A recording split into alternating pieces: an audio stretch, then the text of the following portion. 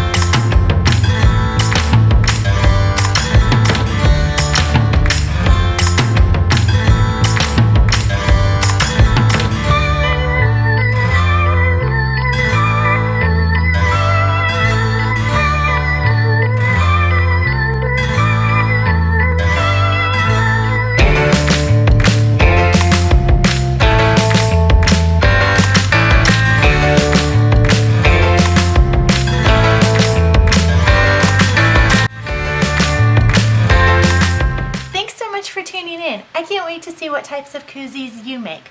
I'll see you back in the next tutorial. Bye!